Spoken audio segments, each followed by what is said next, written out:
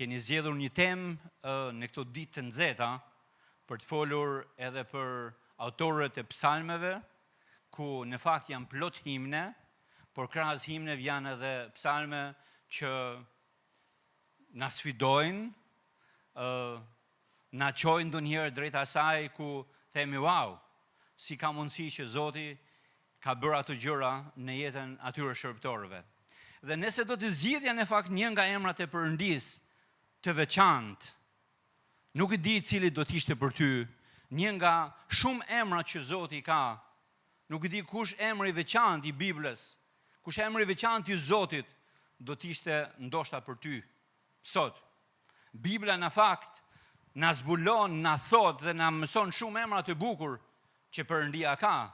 Ai është bariu i mirë për shembull, është një nga emrat e Zotit. Ai është shpëtimtari, është një nga emrat e Zotit. Ai është shkembi ynë, është një nga emrat e Zotit. Ai është Jehova Ire, që do të thotë Perëndia që siguron. Ai është në fakt Jehova Shalom, Perëndia që aq më tepër në ditët që jemi duke jetuar, kemi nevojë, që është Perëndia i paqes. Dhe çdo emër i Perëndisë në fakt na zbulon një anë edhe të karakterit që Zoti e ka. Çdo emër na ndihmon në fakt që të njohim më mirë, më thellë Perëndin dhe na çon në nivele tjera për të adhuruar atë. Dhe duke menduar për këtë se kush do të ishte në fakt një nga emrat që unë për vete do të thosha që më ka pëlqyer dhe me ka prekur disi personalisht që dua ta ndaj sot, në fakt është një emër tjetër.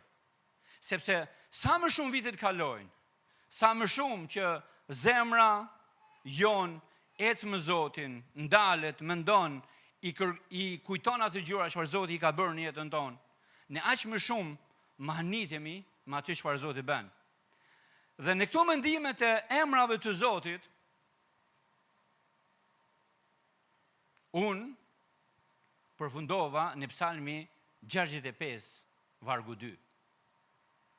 Psalmi 65, vargu 2, në një verzion, thuhet kështu: O ti që dëgjon, është një presje aty, dhe përmbush lutjet, te ti do të vijë çdo njeri. Sa i mirë, sa i bukur, por dhe sa i fuqishëm është ky varg.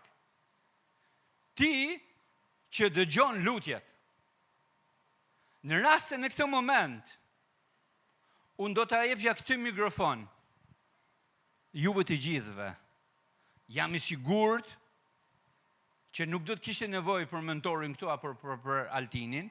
Jam i sigurt që kjo shërbes dhe shërbesa radhë dhe shërbesa e shërbesave të radhës do të mbushën në këtë vend duke dëshmuar gjëra çfarë Zoti ka bërë në jetën tuaj. Dhe në fakt ky psalm na tregon edhe një herë që një nga emrat e Zotit është që Zoti i dëgjon dhe i përgjigjet lutjeve.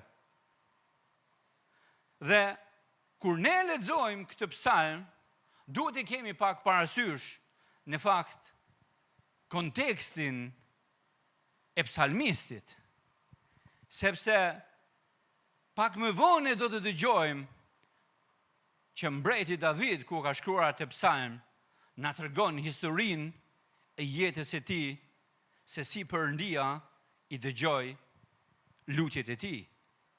Dhe realisht kjo nuk është vetëm një fjalë e bukur që duhet na ngushëllojë ndoshta në këtë ditë që po jetojmë. Nuk është një fjalë thjesht e mirë për mua, për kishën e tij, por në fakt unë sot jam dëshmitar okular i gjërave të këtij udhëtimi tim për 25 vjet shërbes me Zotin, për të dëshmuar besnikrinë e Zotit në shërbesën, në familjen, edhe është trirë deri në komunitet.